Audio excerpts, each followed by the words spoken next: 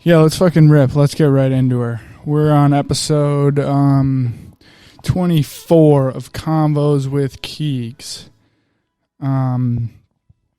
Listening to a little John Mayer right now. But yeah, we recorded the Bills Boys podcast. We filmed it. That was the first or second one filmed. And those are super fun, man. I really like doing those. Like I've said in the past, I like doing those more than I like doing these solo dolo ones, just because I like talking to my friends and, yeah, the camaraderie behind it. That's just way more fun to me. But, anyways, trying to stay consistent. Yeah, we're doing the, what do we got going on today? Today we're going to film my buddy Al, who's helping with the screen printing for us for like our shirts and everything.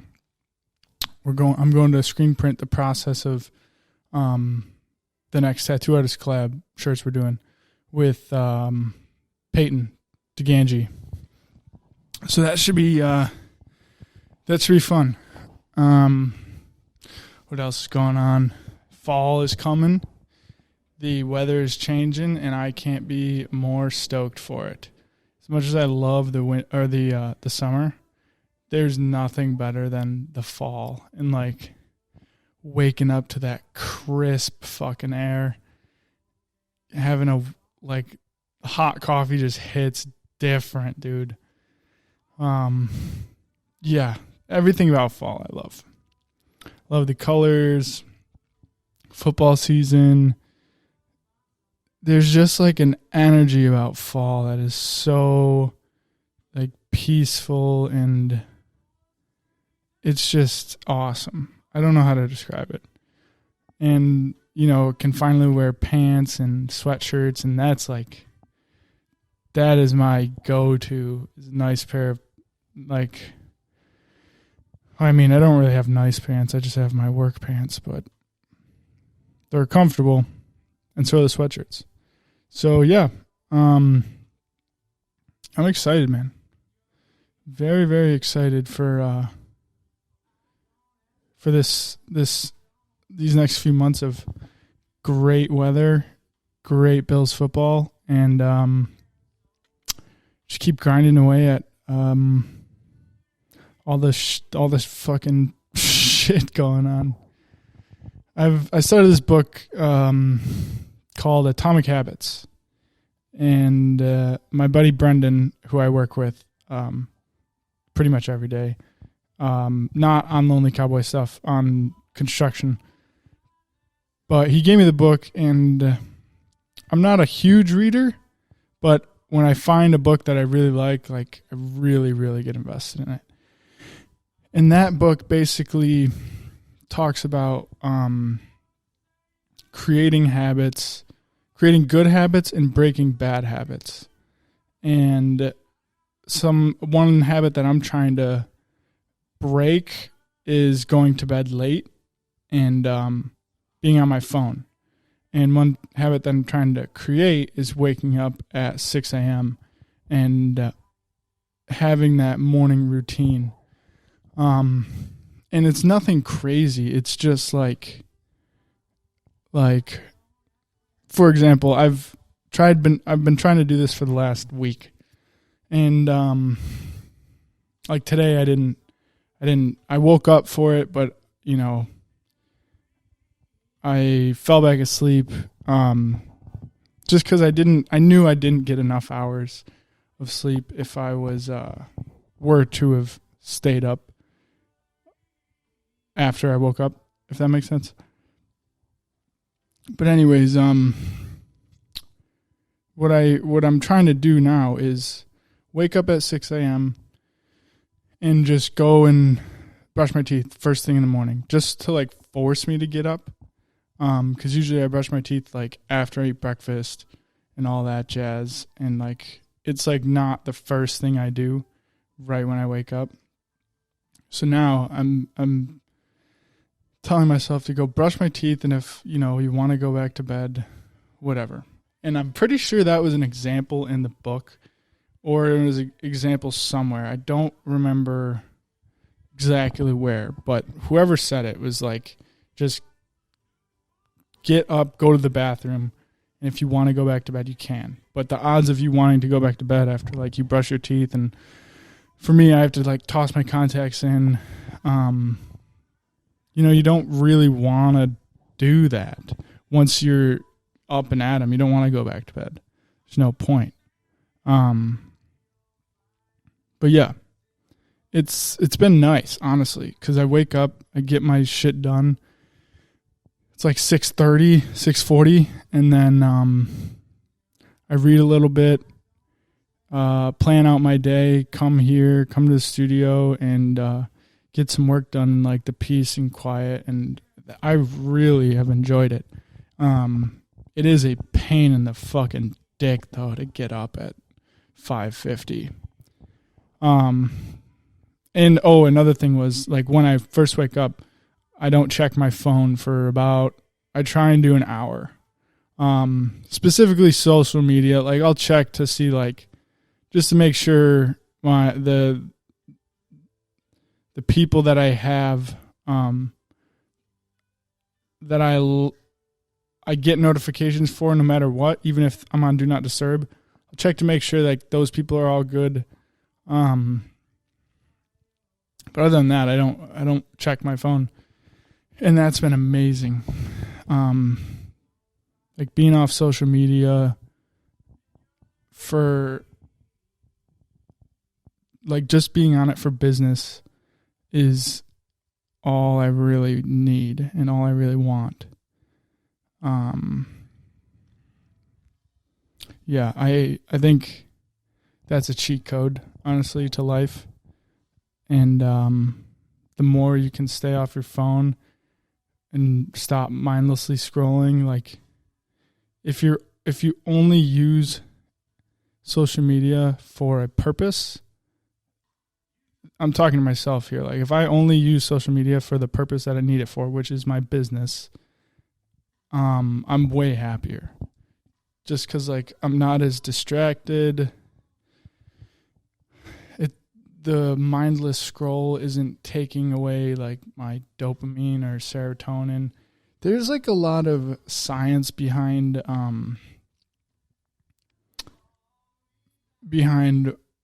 ADHD, which I have.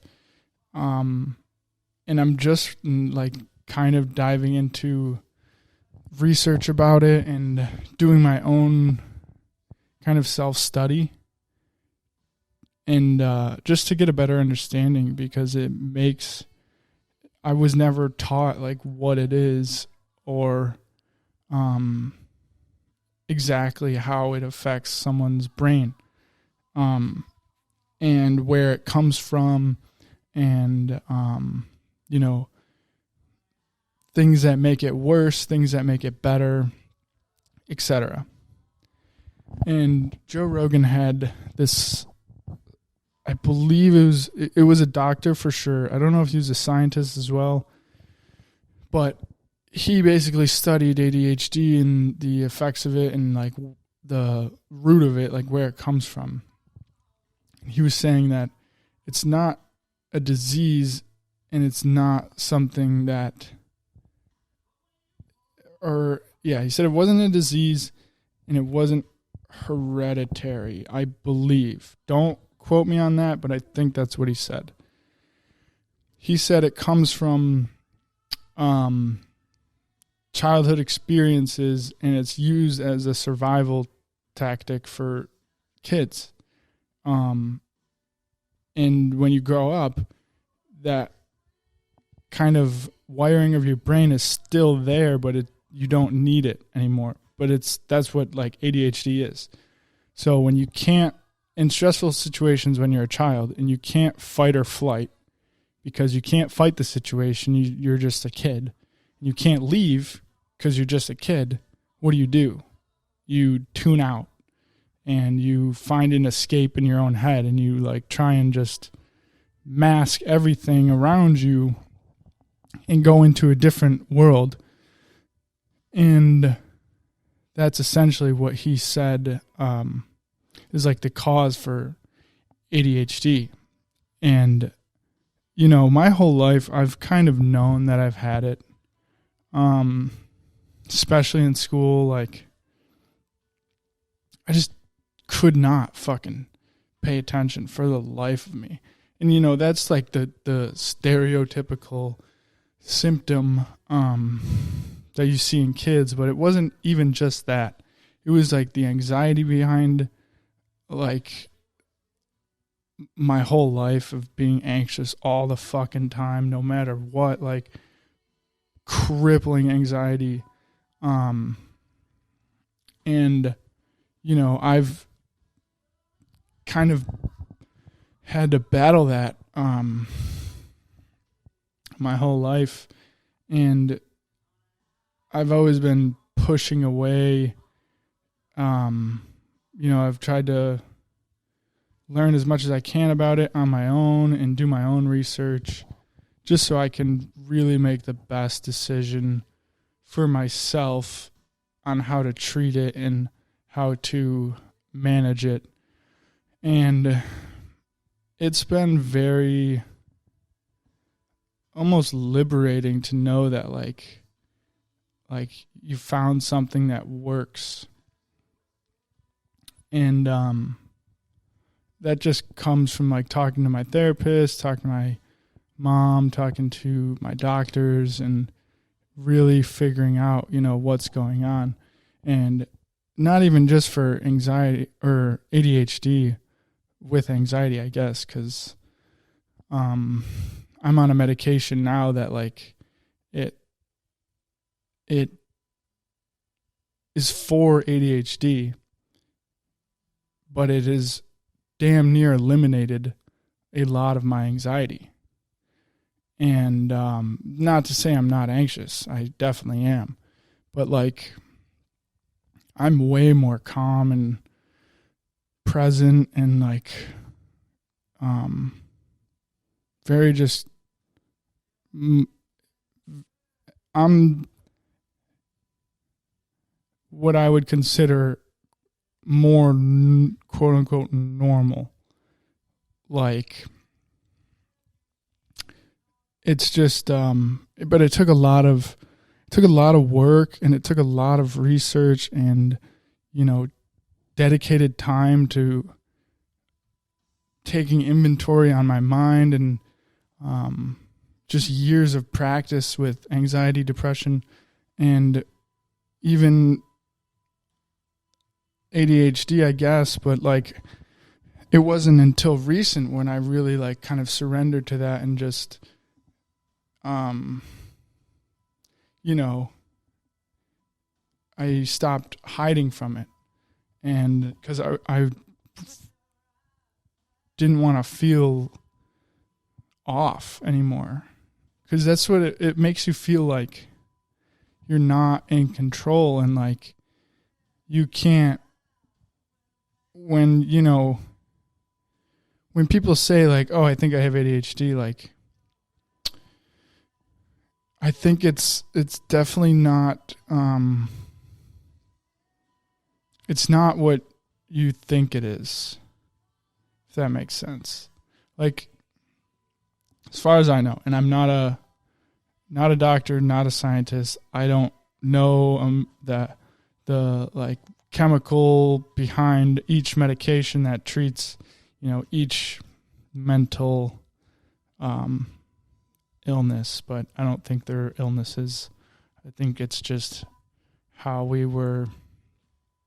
how our upbringing affected our life. It's not an illness. That's just something that it's trauma based. For me, I guess it's trauma based from the anxiety I have, the depression I have, and the ADHD. But,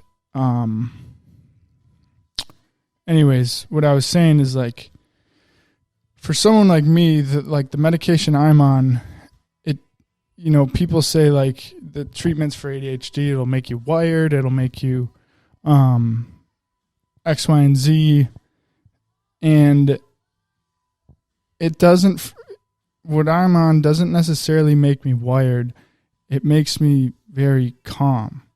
Like, if someone who doesn't have ADHD were to take a medication that is prescribed to someone that deals with it, it would affect them way differently than it affects me.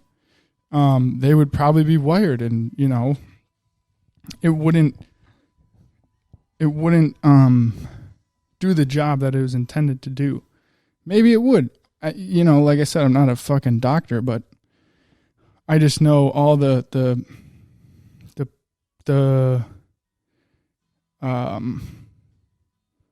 what's it called? The fucking knowledge I knew of previous to all the research and time dedicated to learning about it. I always thought that there was a stigma behind it that I was very afraid of, and I didn't want to feel different, and I was afraid of what people would think, and it's really frustrating when you say hey, I'm, I think I could potentially have something like this, and I've been dealing with it for my whole life, and to hear people say oh, well, everyone deals with it, and it's I don't think that's the case necessarily, because this has been crippling fucking anxiety that I've had, and taking the steps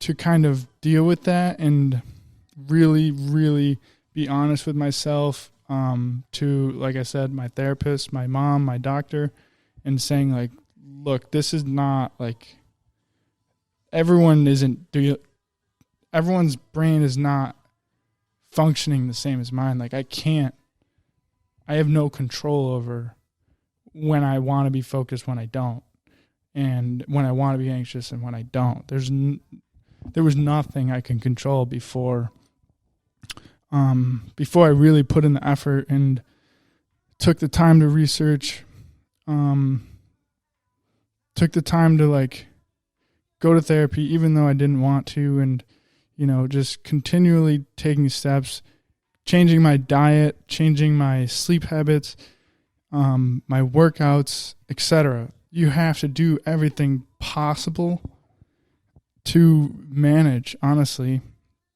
because it'll never go away, but there's a lot of things that people can do to manage, not even just ADHD, but more anxiety, depression. There's a lot of things you can do and lifestyle changes you can make that take time to really see the effects of, but they work. And people just don't want to make those lifestyle changes. And unfortunately, you'll never change. You'll never not be depressed. You'll never not be anxious.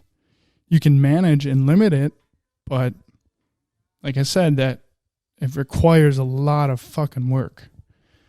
And, people just don't want to put in that work. But, yeah, I forgot. I don't even know where the hell I was going with that. I thought I had something else to say. Fuck. Man, what time is it?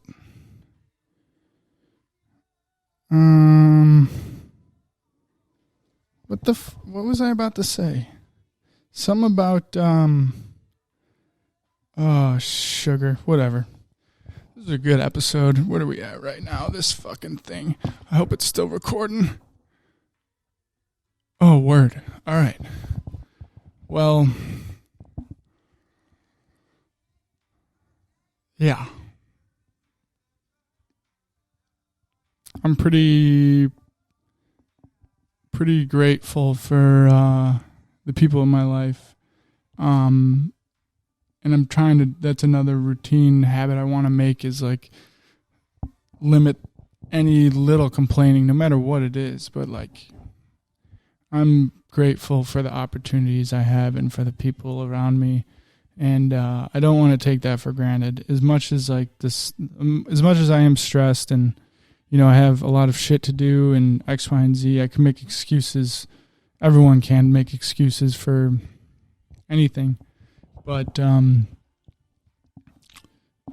it takes another level of emotional intelligence to like really understand and be grateful for what you have and be grateful for, every person, no matter how significant or insignificant they are to your life. Even if it's like the fucking person you walk by every morning on your morning walks and they say hi. That person is significant. Even though it's such like a minute thing. And anyways, the point I was trying to make is like I'm just grateful for the just the opportunity to